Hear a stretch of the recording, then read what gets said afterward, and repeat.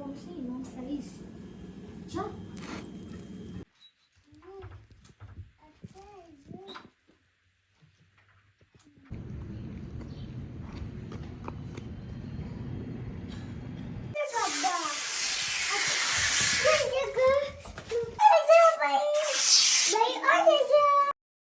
अस्सलाम वालेकुम beautiful people, welcome back to my channel. आज माशाल्लाह से जुमा है, जुमातुल विदा है और रमज़ान हो चुका है ख़त्म। अब देखिए हमारी ईद संडे को बनती है या मंडे को, इस दफ़ा वो भी रौला ही बना हुआ है। ईद अल्लाह ताला ने रोज़ेदारों के लिए तोहफ़ा रखा है। ये रोज़ेदारों के लिए अल्लाह ताला की तरफ से गिफ्ट है, सेलिब्रेशन का दिन है।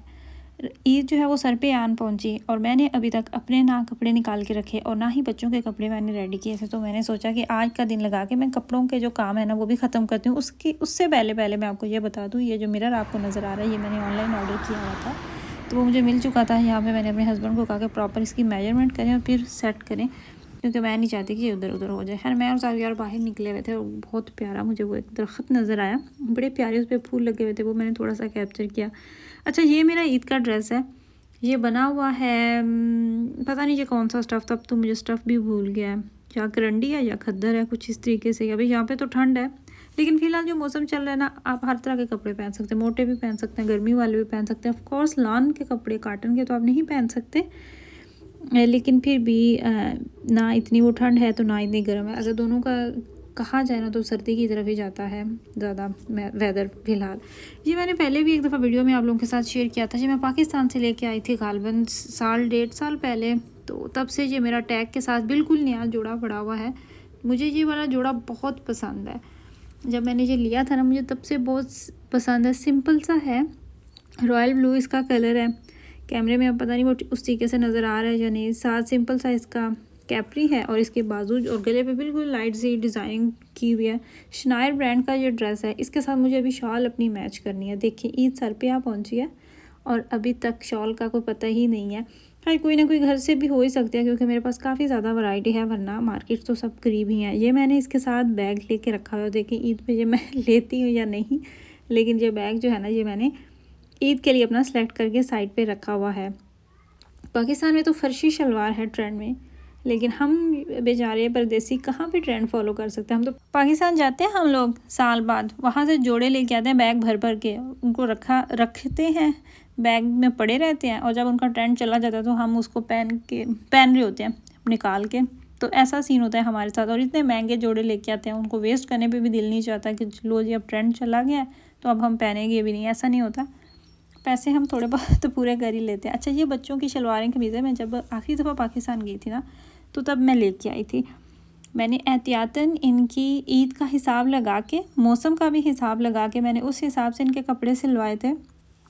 ये वाले इनके मिक्स कपड़ा था, मर्दों का जो मिक्स कपड़ा होता है, मतलब वो ना तो बहुत गर्म होता है और ना ही वो पतले होते हैं। और तीनों की मैंने शलवार कमीज़ सिलाई करवाई। उस टाइम पे इनका जो साइज़ था ना, उससे मैंने लंबे इनके कपड़े रखवाए थे, इतने के इनको नेक्स्ट जब ईद आएगी तो तब तक पूरे आ जाए। और मैंने जब देखा था तो परफेक्ट साइज़ था। अभी जब इनको प्रेस करूँगी, जब पहनेंगी तो फिर ही कंफर्म होगा। शलवार कमीज़ जो है इनके नीचे वेस्ट तो मस्ट होती है, वो भी इनकी मैंने साथ ला के रखी हुई थी। और बाकी इनके जो अलमारियाँ, वो तो मैं गाहे बखाए सेट करती ही रहती हूँ। यहाँ पे मैं आपको वही दिखा रही थी, अलमारियाँ मैंने इनके बच्चों की सेट की, वो अलग से टाइम मेरा लगा। और यहाँ पे इनकी जो शलवारें हैं उनके अंदर इलास्टिक डालना था, वो मैं दिखा रही थी कि वो भी मैंने रखा हुआ है। और ये कितने अरसे से है, बिल्कुल बेबीज़ वाला भी है, बिल्कुल छोटा सा भी है। ये वाला ये बेबीज़ के लिए नॉर्मली यूज़ होता है या फिर डिज़ाइनिंग में मेरे ख्याल से काम आता है। इसके अलावा ये थोड़ा सा चौड़ा भी रखा हुआ है। ये जो बड़े बेटे हैं उनकी शलवारों में डाल दूँगी। अगर रेडीमेड लेते हैं तो वो तो उनके साथ बने बनाए पहले आते हैं, लेकिन रेडीमेड कपड़े जो होते हैं वो इनके साइज़ के हिसाब से पूरे नहीं आते। मैं जब पाकिस्तान गई थी तो मैंने इनके जे डॉट से रेडीमेड लिए थे ग्रीन कलर के ड्रेस, लेकिन वो इनको साइज़ के हिसाब से पूरे ही नहीं आए थे। मिराज का जो था उसको वो बड़ा हो रहा था और अबराज का साइज़ ही नहीं था उनके पास, उसको छोटे आ रहे थे। वो खैर मैंने ले तो लिए, लेकिन वो वैसे के वैसे नए के नए जोड़े रखे हुए हैं और इन्होंने पहने भी नहीं और वो छोटे हो गए। तो उनका मुझे होता है अफसोस कि इतने महंगे लिए थे, पहने भी नहीं। तो अब खैर वो मैंने साइड पे रख दिया, पाकिस्तान जाएंगे तो इंशाल्लाह ताला डोनेट कर देंगे। अब आगे जी हम किचन में, हमने बनानी है अफ्तारी। बच्चों का माशाल्लाह से रोज़ा है, तो कैसे हो सकता है कि अफ्तारी में कुछ एहतमाम ना किया जाए।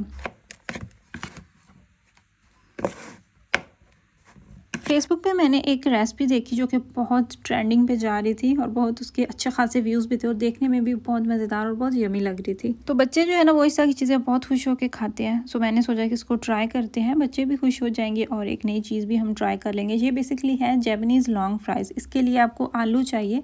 आलू को आपने बॉयल करने के बाद मैश कर लेना है, मतलब मैश नहीं करना, आपने कद्दूकश कर लेना है। नॉर्मली तो हम आलू जब भी बॉईल करते हैं उसको मैश करते हैं, लेकिन इनको हमने करना था कद्दूकश।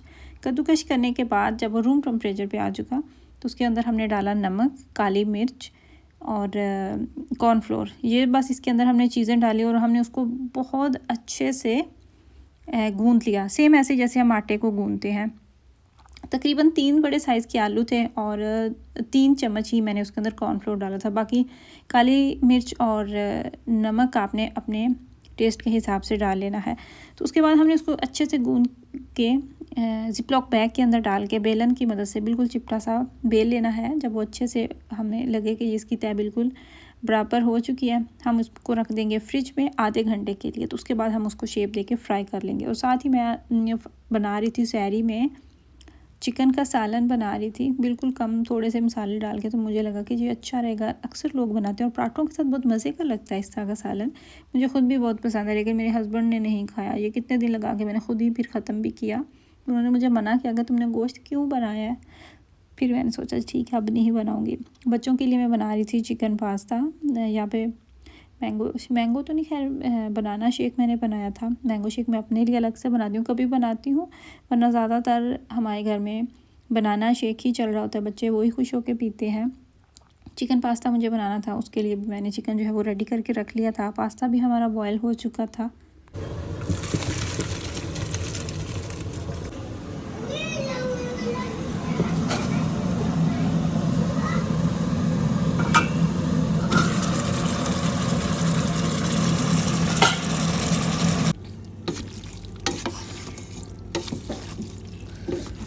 फ्राइज़ के लिए हमने जो डो बना के रखी थी उसको भी फ्रिज में रखे तकरीबन आधा घंटा गुजर चुका था और हमारा जो पास्ता है ना वो भी रेडी हो चुका था। साथ में मैंने समोसे बनाए थे और उनको भी मैंने फ्राई करके रख लिया था। अभी इफ्तारी का टाइम बिल्कुल पास आ रहा था, तो जो इस पूरे प्रोसेस में चैलेंजिंग था ना वो था इस अमेज़े को ज़िपलॉक बैग से बाहर निकालना। बहुत ही एहतियात से निकालना था कि कहीं ये टूट ना जाए।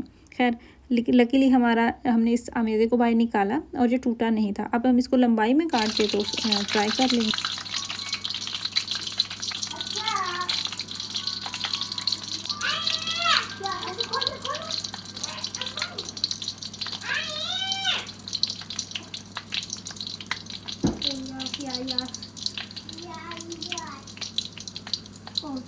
याद रहे जिस दिन मेरे हस्बैंड हमारे साथ नहीं इफ्तार करते उस दिन इस तरह की चीज़ें बनती हैं, वरना मेरे हस्बैंड जब भी हमारे साथ इफ्तार कर रहे होते हैं पकोड़े तो मस्ट होते हैं। पकोड़ों के बिना यूँ समझे कि हमारा जो दस्तरखान है वो अधूरा है, ये तो हो ही नहीं सकता। और पूरा रमज़ान हमने डेली कुछ ना कुछ ऐसी फ्राई चीज़ बनाई है। पकोड़े थे, समोसे थे, दही बड़े तो ख़त्म ही नहीं हुए थे। और अब तो माशाल्लाह से रमज़ान जो है ना वो भी ख़त्म हो चुका है। सैंडविचेस मेरे पास पड़े हुए थे, ये कल के पड़े हुए थे। और मुझे किसी ने पूछा भी था कि आपका खाना इतना बच जाता है तो आप क्या करते हैं। हमारा जो खाना बच जाता है उसको हम अगले दिन ताज़ा करके खा लेते हैं। बच्चे खाए ना खाए, मैं ख़ुद खा लेती हूँ। मेरी कोशिश होती है कि मैं इसको वेस्ट नहीं करूँ। और माशाल्लाह से हमारा इफ्तार टेबल भी रेडी हो चुका है। आई रियली होप कि आपको मेरी वीडियो अच्छी लगी हो। अगर आपको मेरी वीडियो अच्छी लगी है तो मेरी वीडियो को लाइक करें और मेरे चैनल को सब्सक्राइब ज़रूर कीजिएगा। दुआओं में याद रखिएगा।